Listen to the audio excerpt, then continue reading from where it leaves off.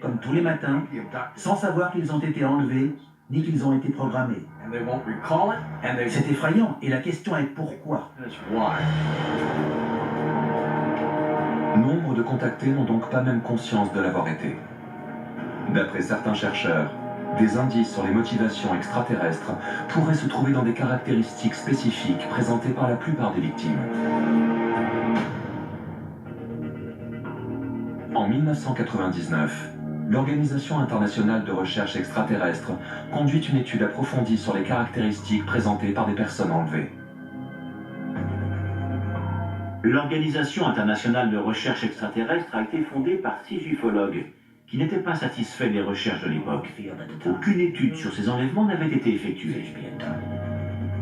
Nous avons donc établi un questionnaire qui a déjà été soumis à près de 18 000 personnes.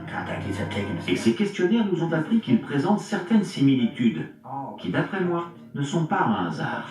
Nos chiffres le prouvent. Les résultats de l'étude montrent que le pourcentage de personnes aux yeux de couleur noisette ouvertes parmi les contactés est anormalement élevé, tout comme celui de personnes de sang Rhésus négatif. Le système Rhésus détermine la présence ou non d'antigènes spécifiques dans le sang. La majorité des humains présentent ces antigènes. Ils sont de Rhésus positif. Il y a entre 25 et 35 000 ans surgit on ne sait où le Rhésus négatif et aucun scientifique n'a su en expliquer l'origine. La plupart des gens l'ignorent, mais l'homme ne présentait que du Rhésus positif à l'époque. Le négatif n'existait pas. Et ce que je trouve intéressant, c'est de me demander pourquoi Mère Nature aurait créé le Rhésus négatif. Le Rhésus négatif et les yeux verts sont le fruit de mutations. Ce sont deux caractéristiques très rares. Le Rhésus négatif se trouve chez 15% de la population du globe seulement.